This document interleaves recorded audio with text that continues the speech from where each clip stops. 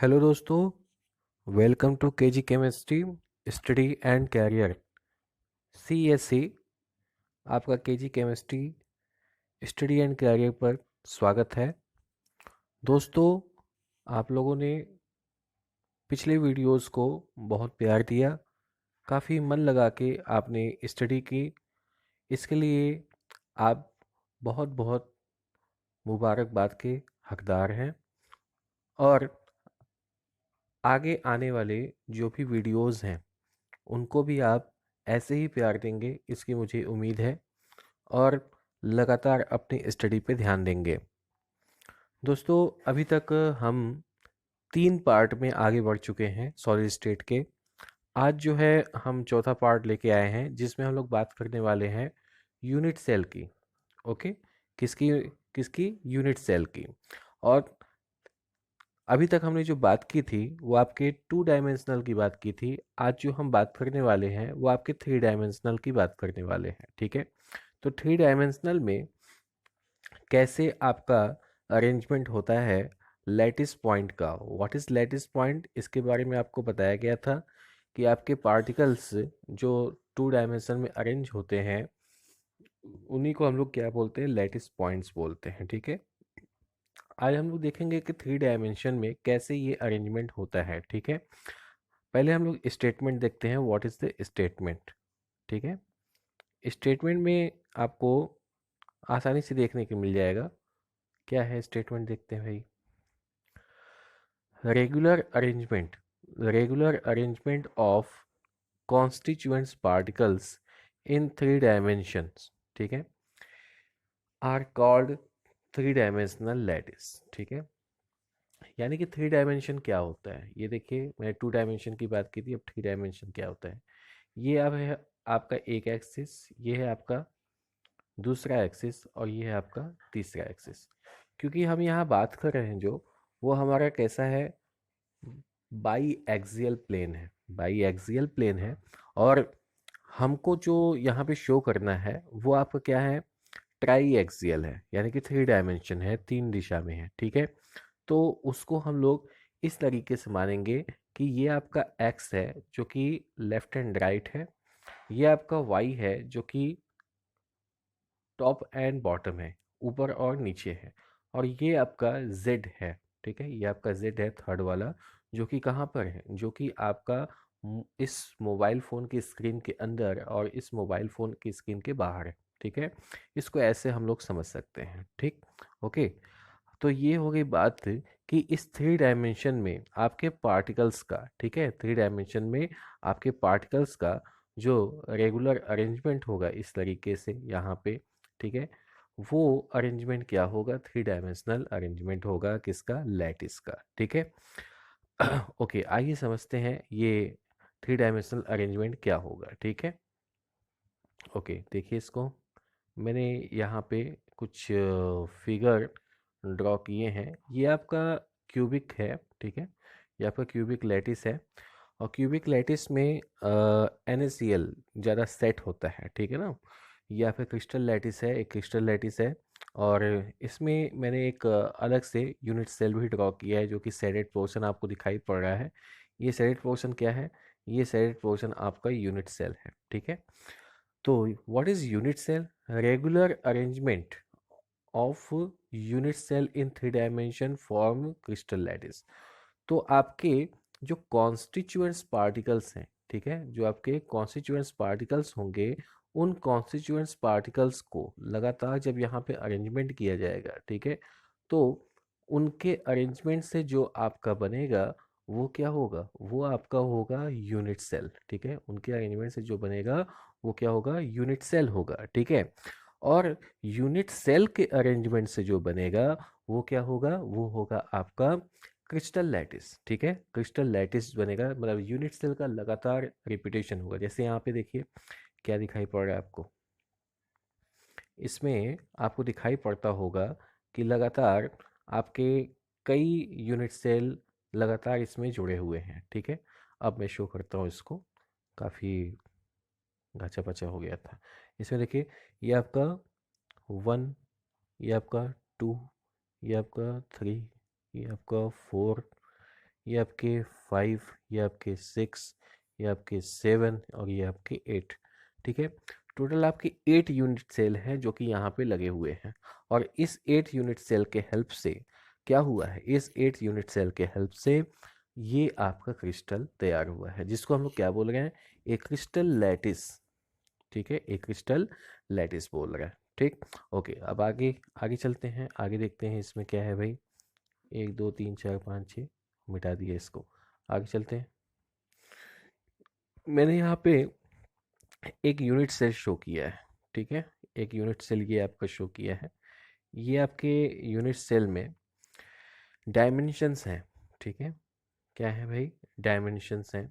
Dimensions मतलब क्या होते हैं, जो यूनिट सेल होगा उसका कैलकुलेशन कैसे होगा उसी को यहाँ पे देखना है। ठीक है, तो क्योंकि आपका एक यूनिट सेल जो है वो एक स्ट्रक्चर है, 3 डायमेंशनल स्ट्रक्चर है, तो 3 डायमेंशनल स्ट्रक्चर में आपके यूनिट सेल की कुछ लंबाई होगी, कुछ चौड़ाई होगी, कुछ ऊंचाई होगी, और साथ ही साथ उन एजेस से, ठीक है, जो आपके किनारे होंगे उन किनारों से लगे हुए कुछ एंगल्स भी होंगे। ठीक है, तो इस तरीके से आपके जो आपके एंगल्स होते हैं यहाँ पे कैलकुलेट किए जाते हैं। ठीक है, तो यहाँ पे जो एजेस होते हैं, जो आपका एक्स एक्सिस होता है उसको हम लोग ए बोलते हैं।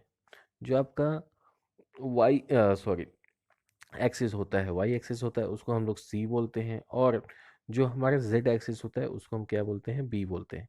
यहाँ पार्टिकुलर कोई नाम नहीं है एक्स वाई जेड, बट मैं आपको इंडिकेट कर रहा हूँ क्योंकि अभी अभी मैंने एक्स वाई और जेड को रिप्रेजेंट किया था, इसलिए यहाँ पे इसको हम समझ लेंगे कि एक्स वाई जेड क्या है, यही है। ठीक है, एक्स वाई जेड जो है वो आपका यही है। ठीक, तो एक्स वाई जेड यहाँ पे ये एक्स है, ये आपका वाई है, और ये आपका क्या है, जेड है। ठीक, एक्स वाई जेड आपका यहाँ पे इस तरीके से है। ठीक, ओके, आगे देखते हैं भाई, आगे क्या है। अब इस एक्स वाई जेड से जो आपका एंगल बन रहा है, ये आपका अल्फा एंगल बन रहा है, ये आपका बीटा एंगल बन रहा है, और ये आपका गामा एंगल बन रहा है। ठीक, अल्फा बीटा और गामा एंगल यहाँ पे बन के तैयार हो रहे हैं, जो कि आपके A B, A and B के कॉम्बिनेशन से जो बनेंगे वो क्या होंगे भाई, वो आपके होंगे अल्फा एंगल। ठीक है, जो ए और बी के कॉम्बिनेशन से बनेंगे। ठीक, इसके बाद जो आपके बी और सी के कॉम्बिनेशन से बनेंगे वो आपके होंगे अल्फा एंगल। जो सी और ए के कॉम्बिनेशन से बनेंगे वो आपके बीटा एंगल होंगे। जो ए और बी के कॉम्बिनेशन से बनेंगे वो आपके गामा एंगल होंगे। सॉरी, मैंने अल्फा बोल दिया था, ये आपका कौन सा एंगल होगा, गामा एंगल होगा। ठीक है, ओके, आगे चलते हैं भाई, आगे देखते हैं आगे क्या है इसमें। तो पैरामीटर्स, इनको हम लोग क्या बोलते हैं, पैरामीटर्स। ये आपके जो सभी हैं इनको हम लोग बोलेंगे parameters of the unit cell. ठीक है, इनको बोलेंगे हम लोग parameters of the unit cell. Okay, जैसे यहाँ पे A B C are the edge length and alpha beta gamma are the angles. ठीक है, इसको हम लोग क्या बोलेंगे, एंगल्स बोलेंगे। ठीक, ओके, अब इन्हीं के बेसिस पे, ठीक है, जो आपके पार्टिकल्स होते हैं यूनिट सेल में, इनके बेसिस पे ये आपके यूनिट सेल जो होते हैं वे आपके 4 टाइप्स के होते हैं। ठीक है, कैसे 4 टाइप्स के होंगे आइए देखते हैं कैसे ये 4 टाइप्स के होंगे। ओके, देखिए, जो आपका फर्स्ट है, ठीक है, इसको हम लोग बोलते हैं, ये आपका जो फर्स्ट है इसको हम लोग बोलेंगे सिंपल और प्रिमिटिव यूनिट सेल। ये एक ऐसा यूनिट सेल होता है जिसमें जो आपका पार्टिकल्स होता है वो कहाँ पे होता है, केवल और केवल आपके इनके किनारों पे होगा, और कहीं पे भी इनका पार्टिकल्स जो है वो आपका अपीयर्ड नहीं होगा। ठीक है, तो जब आपके पार्टिकल्स केवल और केवल किनारों पे होंगे तो उस वक्त जो आपका सेल बनेगा वो कौन सा सेल होगा, प्रिमिटिव सेल होगा। और इसके बाद पार्टिकल्स जो हैं किनारों के साथ साथ कहाँ पर हो, यदि किनारों के साथ साथ ये पार्टिकल्स प्रेजेंट हो, किस जगह पे प्रेजेंट हो भाई, ये पार्टिकल्स प्रेजेंट हो आपके फेसेस पे। ठीक है, देखिए यहाँ पे फेसेस पे आपके प्रेजेंट है ये पार्टिकल, एक मिनट, ये पार्टिकल्स प्रेजेंट हैं, ये पार्टिकल्स प्रेजेंट हैं, ये पार्टिकल प्रेजेंट है, ये पार्टिकल प्रेजेंट है। ठीक है, तो अगर फेसेस पे भी पार्टिकल प्रेजेंट है तो इसको हम लोग क्या बोलेंगे, इसका नेम क्या होगा, इसका नेम हो जाएगा face centred unit cell, short में इसको क्या बोलेंगे, एफसीसी। ठीक है, नेक्स्ट आते हैं थर्ड पे। थर्ड जो है उसको हम लोग क्या बोलेंगे, body centred unit cell, BCC. ठीक है, बॉडी सेंटर्ड यूनिट सेल मतलब क्या होगा, आपका जो पार्टिकल्स होगा वो कहाँ पे होगा, पार्टिकल्स जो होगा वो आपका प्रेजेंट होगा केवल आपके बॉडी में, एक पार्टिकुलर बॉडी में, ये आपका टोटल बॉडी है। इस बॉडी के अंदर जो आपका एक प्रेजेंट होगा, इसी को हम लोग क्या बोलेंगे, आपका बॉडी सेंटर्ड। ठीक है ना, इसको क्या बोलेंगे, बॉडी सेंटर्ड। लास्ट में आता है,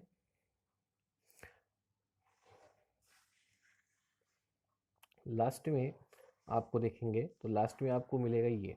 ठीक है,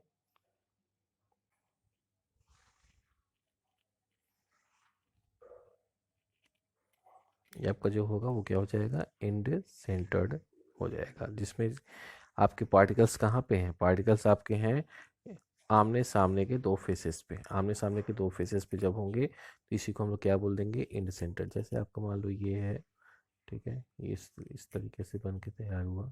ठीक, ये ठीक। तो पार्टिकल्स कॉर्नर पे तो हैं, कॉर्नर के साथ साथ और कहाँ है, कॉर्नर के साथ साथ ये फेसेस पे, आमने सामने के दो फेसेस पे हैं, तो इसको हम लोग क्या बोल देंगे, इंड सेंटर्ड बोल देंगे। ठीक है, बात समझ में आई। तो इंड सेंटर्ड किसको बोलेंगे भाई, एक ऐसा आपका यूनिट सेल जिसमें पार्टिकल्स कहाँ पे हो, कॉर्नर्स के साथ साथ आमने सामने के दोनों फेसेस पे हो, तो उसको हम लोग क्या बोलेंगे, इंड सेंटर्ड बोलेंगे। ठीक है। Okay, thank you so much, आज के लिए इतना ही। और पढ़ते रहिए लगातार।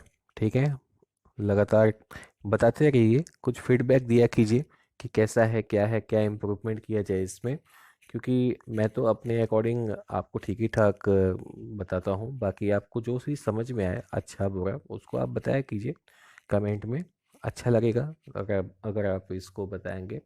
ठीक है, लाइक किया कीजिए, लाइक करते नहीं हैं आप लोग, अगर समझ में आए तो इसको लाइक किया कीजिए। Okay, bye bye, take care.